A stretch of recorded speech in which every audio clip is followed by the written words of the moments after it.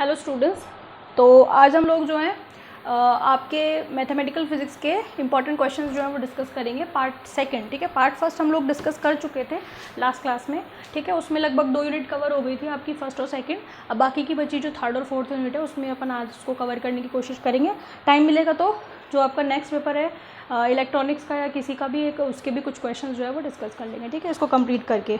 तो जो लास्ट हमने वीडियो बनाई थी उसमें हमने क्वेश्चन नंबर 13 तक हमने डिस्कस कर लिए थे और उसके जितने भी सब क्वेश्चंस थे वो सारे हम डिस्कस कर चुके थे। मतलब आइट साइड में और छोटे मोटे बड़े क्वेश्चंस बनते हैं उनके भी हमने बात कर ली थी। ठीक है, तो नेक्स्ट है आपका रिलेटिविस्टिक डॉपलर इक्वेशन। ये इंपॉर्टेंट है, बहुत अच्छे से आपको करा रखी है। Derivation of relativistic Doppler equation. ठीक है, यानी कि आपेक्षिकीय डॉपलर की जो समीकरण है उसका डेरिवेशन आपको पता होना चाहिए। ठीक है, और इसमें भी इसके जो दो पार्ट हैं, एक तो है ट्रांसवर्स और एक है लॉन्गिट्यूडनल, यानी कि अनुदैर्ध्य लॉन्गिट्यूडनल डॉपलर इक्वेशन, और एक है ट्रांसवर्स अनुदैर्ध्य और अनुप्रस्थ। ठीक है, ये आपको लगभग 2 या 3 पार्ट में मैंने आपको पूरा डॉपलर इफेक्ट का बहुत अच्छे से करवा रखा है। तो ये आप लोगों को वेरी वेरी इंपॉर्टेंट है, ये पूछी जाती है, ध्यान रखना है इस चीज़ का। ठीक है, ठीक है। इसके अलावा जो आपका नेक्स्ट इंपॉर्टेंट क्वेश्चन बनता है वो है आपका के mu dot x mu is equal to invariant. जो आपका 4 फ्रीक्वेंसी है उस पर भी आपका क्वेश्चन पूछा जाता है। ठीक है, यहाँ तक का मैं शायद बता चुकी थी लास्ट क्लास में। ठीक है, अच्छा इसको भी बता चुकी थी ना। क्वेश्चन नंबर 16 जो मैंने आपको बताया था वो भी मैं बता गई थी ना, m is greater than m1 plus m2 का, है ना, ये भी बता गई थी मैं लास्ट क्लास में। ठीक है, मेरे को ध्यान नहीं रहा। इसके बाद देखें नेक्स्ट इंपॉर्टेंट है आपका क्वेश्चन, वो है थ्रेशोल्ड एनर्जी, देहली ऊर्जा। किसी भी रिएक्शन में जो आपकी देहली ऊर्जा है उसके लिए ये जो आपका एक्सप्रेशन है TTH is equal to delta m1 plus m1 upon m2 plus delta m upon 2m2 into C square. ठीक है, ये मैंने निकलवा रखा है आपको बहुत अच्छे से। तो ये थ्रेशोल्ड एनर्जी का या देहली ऊर्जा का ये जो एक्सप्रेशन है आपसे पूछा जाता है एग्जाम में। ठीक है, ये आपको अच्छे तरीके से करके जाना है। ठीक है, नेक्स्ट है आपका क्वेश्चन नंबर 18 जो है आपका वो है पेयर प्रोडक्शन। ठीक है, क्वेश्चन ऐसे पूछा जाएगा आपसे, prove that in absence of electric field, in absence of external field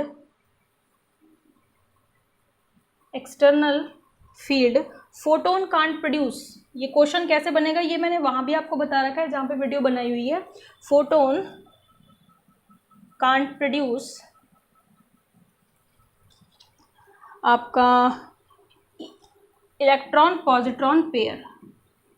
मतलब ये बताना है कि बाह्य क्षेत्र की अनुपस्थिति में जो आपका फोटोन है वो कभी भी इलेक्ट्रॉन पॉजिट्रॉन पेयर को एमिट नहीं कर सकता।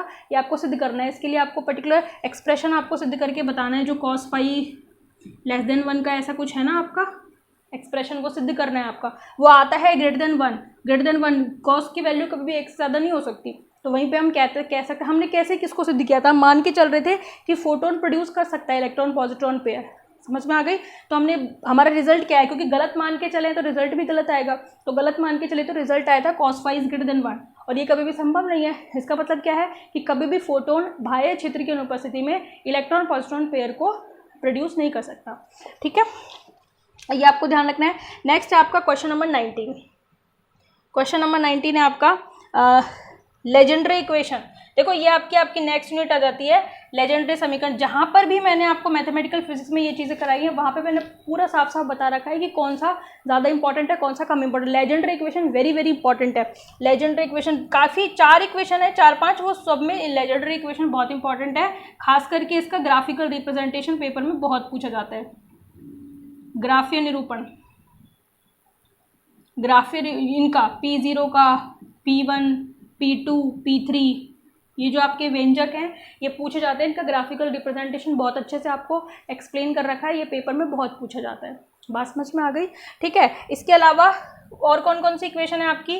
बेसल इक्वेशन, जितना पढ़ा रखा है वो सारा पढ़ करके जाना। बेसल इक्वेशन है आपकी, एक है हर्माइट इक्वेशन, एक है आपकी लागेर समीकरण। ठीक है। इन सभी में ग्राफिकल रिप्रेजेंटेशन तो इसका पूछा जाता है लेजेंड्रे इक्वेशन का, लेकिन इसके इक्वेशन का डेरिवेशन नहीं पूछा जाता, कम पूछा जाता है, मतलब ऐसे बहुत कम चांसेस है, ना के बराबर। लेकिन बेसल का आ सकता है आपका इक्वेशन, जहाँ पे आपको इक्वेशन लिखती हूँ और फिर उसके बाद में उसका हल निकलवाती हूँ। तो सॉल्यूशन जो है वो लेजेंड्रे का नहीं पूछा जाता, ग्राफिकल रिप्रेजेंटेशन पूछा जाता है, और इसके वो पूछ लिए जाते हैं, क्या नाम से, वो आपके है ना समीकरण, रिकरेंस रिलेशन, है ना, ये आपके रिकरेंस रिलेशन भी पूछे जाते हैं आपके बहुत ज़्यादा। ठीक है। तो रिकरेंस रिलेशन इंपॉर्टेंट है सभी के, बेसल के भी, हर्माइट के भी, लागेर के भी, लेजेंड्रे के भी। समझ में आ गई? ठीक है। वो तो सभी के इंपॉर्टेंट है, जो जो करा रखे हैं वो इंपॉर्टेंट है, बहुत सारे हैं पर जो जो इंपॉर्टेंट है केवल वही करा रखे हैं आपको। ठीक है। ग्राफिकल रिप्रेजेंटेशन इसका एक तो लेजेंड्रे का इंपॉर्टेंट है, और एक आपका इसका इंपॉर्टेंट है हर्माइट का। हर्माइट का भी ग्राफिकल रिप्रेजेंटेशन बहुत पूछा जाता है। ठीक है, ये पूछा जाता है आपसे पेपर में। बेसल का सॉल्यूशन इंपॉर्टेंट है, बेसल में इक्वेशन का हल जो है वो इंपॉर्टेंट है। ठीक है, पूछा जाता है। लागेर के रिकरेंस रिलेशन पूछ लिए जाते हैं, पुनरावृत्ति संबंध जो है वो पूछ लिए जाते हैं आपके लागेर के, और सॉल्यूशन भी पूछा जाता है। और एक आपका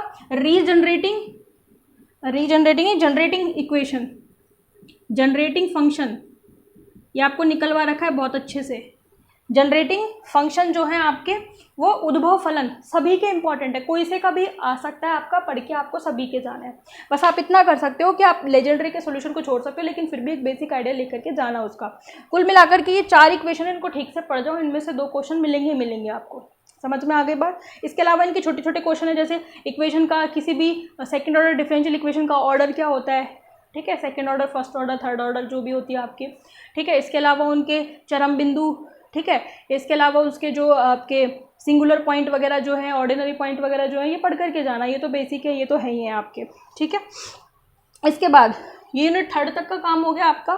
फिर आ जाती है आपकी यूनिट 4। यूनिट 4 में जितने भी टॉपिक आपको करा रखे हैं, कई हैं। ठीक है, उसमें से मैंने आपको 4-5 करा रखे हैं, और वो 4-5 पढ़ के जाना, उसमें से 2 क्वेश्चन मिल जाएंगे आपको। ठीक है, तो सारे ही इंपॉर्टेंट है, जो जो मैंने आपको करा रखे हैं, जो इम्पॉर्टेंट है वो ही करा रखे हैं, तो इसमें आपको घबराने की ज़रूरत नहीं है।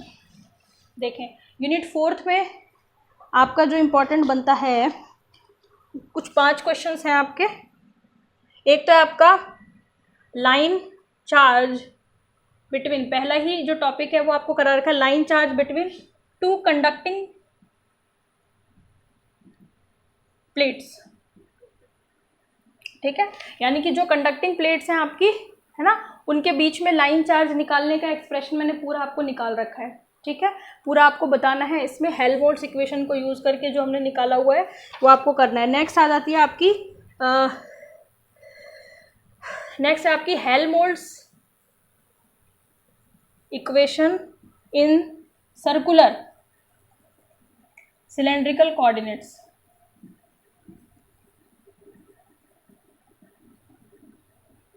ठीक है, यानी कि गोलीय बेलनाकार निर्देशांकों में हेल्महोल्ट्ज़ समीकरण को सिद्ध कीजिए, उसका हल निकालिए, ये सब करवा रखा है आपको। ठीक है, ये भी इंपॉर्टेंट है। नेक्स्ट क्वेश्चन नंबर 22 आपकी वृत्तीय झिल्ली, सर्कुलर मेम्ब्रेन, इसका एक करा रखा है मैंने आपको, इंपॉर्टेंट है पूरा। 3D लाप्लास इक्वेशन, 2D भी पूछा जा सकता है आपसे, पर जब आप 3D पढ़ोगे तो 2D आपको आ ही जाएगी समझ में, मतलब 2D पढ़ोगे तो ही 3D आएगी, कहने का मतलब ये है। ठीक है, क्वेश्चन नंबर 24 है आपका डिफ्यूजन इक्वेशन। डिफ्यूजन समीकरण है आपकी, कहाँ से, डिफ्यूजन समीकरण किस में है, मैंने करा रखा है आपको ये टॉपिक कि किसी पतली आयताकार प्लेट की जो उसमें जो ऊष्मा का संचरण है वो वाली है ये डिफ्यूजन इक्वेशन, या विसरण समीकरण बोलते हैं इसको, हिंदी में बोलोगे तो आप विसरण समीकरण। समझ में आ गए? तो ये आपके मैथमेटिकल फिजिक्स के कुछ 24 क्वेश्चन हैं, और ये सारे इंपॉर्टेंट है, इसमें आपकी चारों यूनिट्स जो हैं वो कवर हो जाती हैं। ठीक है, इसके बाद जो है आपकी इलेक्ट्रॉनिक्स का देख लीजिए आप, कुछ पार्ट में बता देती हूँ आपको, ऐसे ही बता देती हूँ इंपॉर्टेंट क्वेश्चन क्या क्या हैं। इलेक्ट्रॉनिक्स तो पूरी मैथमेटिकल फिजिक्स पूरी पढ़ा रखी है, इलेक्ट्रॉनिक्स का बहुत सारा पार्ट आपको करा रखा है, ठीक है। तो मेरे दिमाग में ऑलरेडी है क्वेश्चन की कौन कौन से इंपॉर्टेंट हैं, ठीक है। देखो इलेक्ट्रॉनिक्स की अगर अपन बात करें,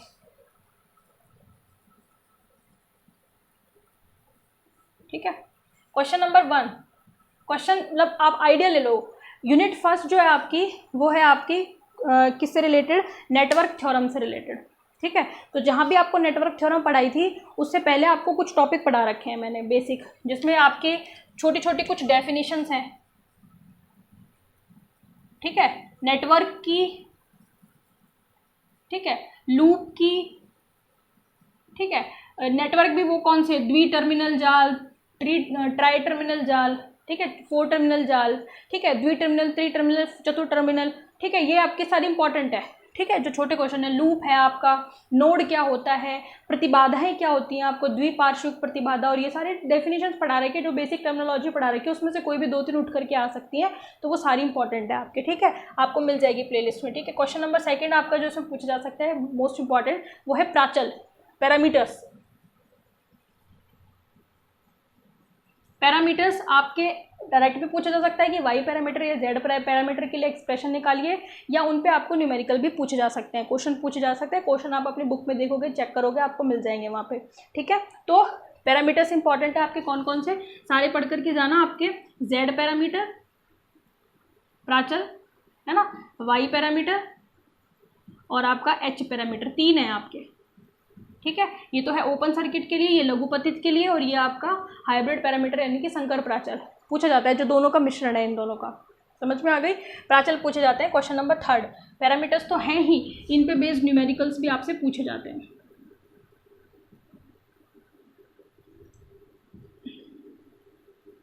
समझ में आ गई। नेक्स्ट आपका जो इंपॉर्टेंट आता है वो है किरचॉफ थ्योरम। किरचॉफ थ्योरम पक्का आएगी, वो पूछे भी जा सकते हैं आपसे, कोई सा भी रूल पूछा जा सकता है कि पहला या दूसरा नियम का कथन लिखिए, ठीक है, समझाइए, या फिर आपको उस पर बेस्ड क्वेश्चन भी पूछे जा सकते हैं, ठीक है। तो नेक्स्ट आ जाता है आपका किरचॉफ्स लॉ।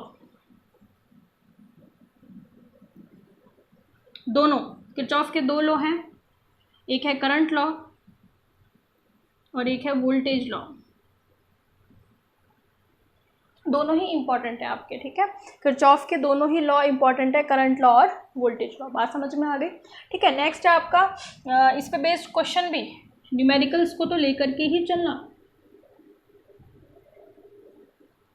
ये पूरी थ्योरम में क्वेश्चन, ये जो पूरे यूनिट है ना, उसमें क्वेश्चन ज़्यादा आएंगे आपके, ध्यान रखना। थ्योरी के क्वेश्चन तो आ जाएंगे बाई चांस, और आते हैं 1-2 तो आ ही जाएंगे, लेकिन ज़्यादा क्वेश्चन जो आएंगे वो न्यूमेरिकल के क्वेश्चन आएंगे, ठीक है। इसके अलावा नेक्स्ट आपकी जो है सारी इसमें नेटवर्क थ्योरम, जितनी भी मैंने करा रखी हैं सारी, और जो कुछ 1-2 छोटी मोटी छोड़ रखी है वो हैं जो आप पढ़ सकते हो, उनके भी कम से कम कथन तो सभी के पढ़ के जाना, सारी प्रमेयों के जो रह गए उनके कथन तो पूरे पूरे पढ़ के जाना कि स्टेटमेंट क्या क्या है, क्या कहती हैं वो, ठीक है। तो सारी नेटवर्क थ्योरम, ठीक है, जिसमें आपकी थेवेनिन्स थ्योरम,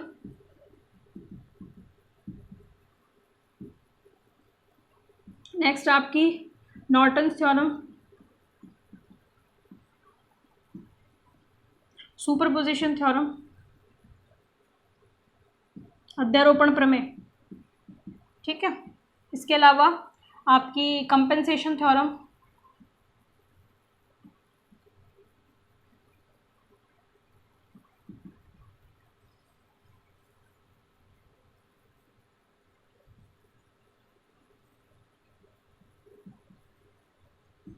ठीक है। इसके अलावा आपकी मैक्सिमम पावर ट्रांसफर थ्योरम, अधिकतम शक्ति संचरण प्रमेय,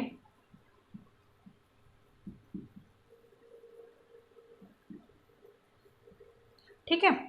इसके अलावा आपकी एक आती है पारस्परिकता प्रमेय, रेसिप्रोसिटी थ्योरम। इनको पढ़ जाओगे ना, इन पे क्वेश्चन आपको पक्का मिल जाएगा। ज़्यादा क्वेश्चन आता है थेवेनिन पे, नॉर्टन पे, सुपरपोजिशन पे क्वेश्चन भी आ जाता है, सिद्ध करने के लिए भी आ सकता है। मैक्सिमम पावर का थ्योरम आएगा आपसे सिद्ध कराने के लिए आएगा, इसमें न्यूमेरिकल नहीं बनता, ठीक है। रेसिप्रोसिटी भी सिद्ध कराने के लिए आ सकती है। तो इनमें मैंने आपको जहाँ जहाँ भी समझा रखा है ना, प्लेलिस्ट में जाओगे वहाँ पे भी आपको पूरा एक्सप्लेन कर रखा है कि किस पे क्वेश्चन बन सकता है और किस पे सिद्ध करने के लिए आती है खाली। तो ये थ्योरम आपको पढ़ के जानिए। तो यूनिट फर्स्ट में तो ये सारा इंपॉर्टेंट है, कितना पढ़ जाओ, वैसे ये यूनिट फर्स्ट का फर्स्ट और सेकंड मतलब फर्स्ट पार्ट है, जो उसका बी पार्ट है उसमें पीएन जंक्शन है। आप चाहो तो पीएन जंक्शन पढ़ के जा सकते हो। पीएन जंक्शन आपने पढ़ा हुआ है, 12th क्लास में भी पढ़ा हुआ है, तो बेसिक आइडिया लेकर के जाओगे। किसी बच्चे को इनमें से किसी टॉपिक में दिक्कत है, वैसे तो नहीं होगी, अगर आपने स्टार्टिंग से मेरी क्लासेस लिए हैं तो कोई दिक्कत नहीं आएगी, लेकिन फिर भी अगर दिक्कत है तो आप पीएन जंक्शन वाला पार्ट पढ़ करके जाओगे तो उसमें भी आपको एक क्वेश्चन मिल जाएगा, एक ही क्वेश्चन आएगा उसमें से, 2-4 टॉपिक है, ठीक है। ये हो गया यूनिट फर्स्ट का पार्ट। तो ये तो उन मतलब मैं पहले वो बता देती हूँ जो सिंपल है, जो आप जल्दी पकड़ लोगे टॉपिक्स, ठीक है। इसके बाद आपकी जो सबसे सिंपल पड़ती है वो यूनिट फोर्थ है, ठीक है। यूनिट फोर्थ में मैं बता देती हूँ आपको कि क्या क्या आप पढ़ करके जाओ यूनिट फोर्थ में। देखो यूनिट फोर्थ का देख लो, वो यूनिट फर्स्ट का हो गया। यूनिट फोर्थ में आप सारे तो गेट पढ़ जाना, और गेट, एंड गेट है ना, NOT gate, NAND gate, NOR gate, ठीक है। और क्या बच गया, एक्सक्लूसिव और गेट, ठीक है। तो ये तो सारे आपको पढ़ के जाना है, और ये क्या पढ़ना है, ये तो सब आपको पता है ऑलरेडी कि इनका ट्रुथ टेबल क्या है, कैसा इनका एक्सप्रेशन होता है। एक आपका जो सबसे इम्पोर्टेंट पूछा जाएगा वो है कि नैंड गेट बनाना है आपको using OR gate, AND gate, NOT gate. ऐसे ही नॉर बनाना है आपको इनको यूज़ करके, ठीक है। ये क्वेश्चन इस पे ज़्यादा पूछा जाता है, समझ में आ गए? नहीं सॉरी, मैं उल्टा बोल गई हूँ, ठीक है। ये यूज़ वाला मतलब ये तो है ही आपके और, एंड, नॉर, नैंड, है ना, ये तो है ही, लेकिन इन पे यूज़ वाला जो क्वेश्चन है ना वो ज़्यादा पूछा जाता है। देखो मैं आपको बता देती हूँ कि इन बेसिक गेट्स को यूज़ करके कैसे नैंड गेट बनाया जाता है और कैसे नॉर गेट बनाया जाता है, वो सबसे ज़्यादा पूछा जाता है ना, ये वाला कि नैंड गेट का यूज़ करके क्या बनाना है आपको, OR gate, AND gate, NOT gate, ठीक है। फिर नॉर गेट का यूज़ करके बनाना है आपको और गेट, एंड गेट और नॉट गेट। ये यूज़ वाला ज़्यादा पूछा जाता है, ठीक है, with diagram and with truth table, दोनों से ही आपको पता होना चाहिए। ये सिंगल डायग्राम तो पता ही होनी चाहिए आपको, ये जो सिंगल वाले हैं ये तो पता ही होने चाहिए आपको। इसके अलावा नैंड गेट का यूज़ करके और बनाना, एंड बनाना, नॉट बनाना, नॉर का यूज़ करके और बनाना, एंड बनाना, नॉट बनाना, ये आपसे ज़्यादा पूछा जाता है ये वाला क्वेश्चन, ठीक है। इसके अलावा आपकी जो थ्योरम है ना, आपकी डी मॉर्गन थ्योरम, ये पढ़ के जाना, ठीक है। इसके अलावा आपकी जो क्या नाम से फॉर्मूलाज हैं कुछ, वो सारे पढ़ करके जाना। जैसे a + a = a होता है, a + 0 = a होता है ना, a.1 जो है वो a होता है ना, a + 1 1 होता है। ये कुछ रिएक्शंस हैं, ये कुछ इक्वेशंस हैं, इनको सारे को पढ़ के जाना है, क्योंकि ये आपको एक्सप्रेशन सॉल्व करने में मदद करेगी। तो आपके बुलियन एक्सप्रेशन सॉल्व करने के लिए जो आती है ना, वो आप ज़रूर पढ़ करके जाना। समझ में आ गई, ठीक है, ये पढ़ करके जाना। हाँ, इसके अलावा आप क्या पढ़ के जाना इसमें, switch, transistor as a switch, कि ट्रांजिस्टर को स्विच की फॉर्म में कैसे कर सकते हैं, ठीक है, ठीक है। तो यूनिट फोर्थ में एक तो ये बन गया, दूसरा ये बन गया, तीसरा ये बन गया, चौथा आपके ये बन गया, पांचवा आपके बन गया बूलियन एक्सप्रेशन सॉल्व करना।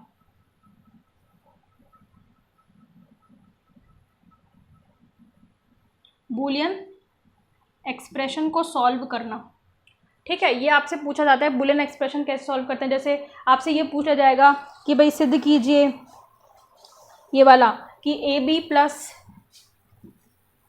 A B + C है ना, प्लस B + C, इसको हल कीजिए, है ना। तो ऐसे बुलियन एक्सप्रेशन या तो सिद्ध कराने के लिए भी आ जाएगा कि वो उसके बराबर आपको आंसर लिख देगा और कह देगा कि इसको सिद्ध कीजिए, या फिर ये आपको एक्सप्रेशन दे देगा, इसे सॉल्व करा लेगा। तो ये बुलियन एक्सप्रेशन ऐसे सिद्ध करने के लिए ये सारे काम आएंगे, आपको ये बुक में दे रखे हैं, ठीक है। तो ये तो सारा काम 12th क्लास वाला ही है, तो ये पढ़ के जाओगे आपको 1-2 क्वेश्चन मिल जाएंगे इसमें, इसलिए बता रही हूँ ये, ठीक है। नेक्स्ट आपका पूछा जा सकता है ट्रांजिस्टर एज ए स्विच, सबसे इंपॉर्टेंट है ये कि ट्रांजिस्टर का एज ए स्विच कैसे यूज़ किया जा सकता है, ये इंपॉर्टेंट है, पूछा जाता है आपसे, ठीक है ना। इतना पढ़ जाओ। डायोड एज ए स्विच भी पूछ लिया जाता है, तो अगर आपके पास टाइम है तो आप डायोड एज ए स्विच भी पढ़ जाना, ठीक है। तो ये आपके इंपॉर्टेंट है, इतना कर जाओ। डायोड को स्विच के रूप में डायोड एज अ स्विच और ट्रांजिस्टर एज अ स्विच, इतना पढ़ जाओ, ठीक है, यूनिट 4th में, ठीक है। और इसके अलावा कुछ TTL नेटवर्क वगैरह हैं, ट्रांजिस्टर कोई बात नहीं, आपके पास टाइम नहीं, आप इतना करके जाओ, ठीक है, आप इतना करके जाओगे, आपको 1-2 क्वेश्चन इसमें से मिल जाएंगे यूनिट 4th में। फिर आ जाओ यूनिट 2nd में, यूनिट 2nd का बहुत पार्ट करा रखा है, यूनिट 3rd का भी आपको बहुत करा रखा है, ठीक है, तो पढ़ करके जाओ आप इसको आराम से। यूनिट 2nd में ट्रांजिस्टर पढ़ करके जाओ आपके, नहीं सॉरी, यूनिट 2nd में देखो एक पार्ट आपका वो है सेमीकंडक्टर वाला, ठीक है, सेमीकंडक्टर आपने 12th क्लास में खूब पढ़ रखे हैं, तो सेमीकंडक्टर में से निकाल जाओ, आपके जितने बन जाएंगे, आपके मतलब जो टॉपिक आपको बुक में दे रखे हैं वो सारे पढ़ जाओ सेमीकंडक्टर में से, और सिंपल है, आपने 12th क्लास में पढ़ रखा है। यूनिट 2nd में, यूनिट 2nd के ए पार्ट की बता रही हूँ ये मैं, यूनिट 2nd में ए पार्ट में आ जाता है आपका सेमीकंडक्टर। तो सेमीकंडक्टर में से तो क्या ही बताऊँ कि क्या इंपॉर्टेंट है, पढ़ जाओ इसमें से जितना आप पढ़ सकते हो, क्योंकि आपका पढ़ा हुआ है सारा। बी पार्ट है आपका रेक्टिफिकेशन, दिष्टकरण, ठीक है, दिष्टकरण आपका इंपॉर्टेंट है, इसमें से 2 क्वेश्चन बनते हैं। दिष्टकरण में आपसे ज़्यादा जो पूछा जाता है वो है आपसे half wave full wave rectifier क्या होते हैं, ठीक है, half wave full wave rectifier. Rectification में अर्ध तरंग दिष्टकारी और पूर्ण तरंग दिष्टकारी पूरा, एक क्वेश्चन तो आपको इसमें से ये तो मिलना ही है, हाफ वेव या फुल वेव में से एक क्वेश्चन तो मिलेगा ही आपको, समझ में आ गई। हाफ वेव फुल वेव में से आपसे क्या क्या पूछा जा सकता है, औसत धारा, वोल्टेज का वर्ग माध्य मूलमान और धारा का वर्ग माध्य मूलमान RMS वैल्यू पूछी जा सकती है। इसके अलावा आपसे रिपल फैक्टर, दोनों के ही, हाफ वेव और फुल वेव, मतलब फुल वेव और हाफ वेव रेक्टिफायर पढ़ोगे ना तो उनमें आपको ये सारी चीज़ें मिलेंगी ऑलरेडी, रिपल फैक्टर, ठीक है, उर्मी का गुणांक वगैरह, ये सारी चीज़ें आपको निकालनी आनी चाहिए, समझ में आ गई। इसमें दूसरा इंपॉर्टेंट क्वेश्चन बनता है आपका, वो बनता है रेगुलेशन, नियमन का, वोल्टेज रेगुलेशन का,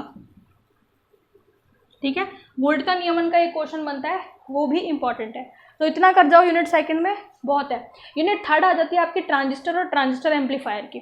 ट्रांजिस्टर में आपको पता होना चाहिए कि ट्रांजिस्टर कितने प्रकार के होते हैं, ठीक है, NPN PNP, ठीक है, और उसमें आपके जो है ट्रांजिस्टर में आपके जो है आपके common base, common ammeter, common collector, ठीक है, तो ये भी बता देती हूँ आपको यूनिट 3rd में भी।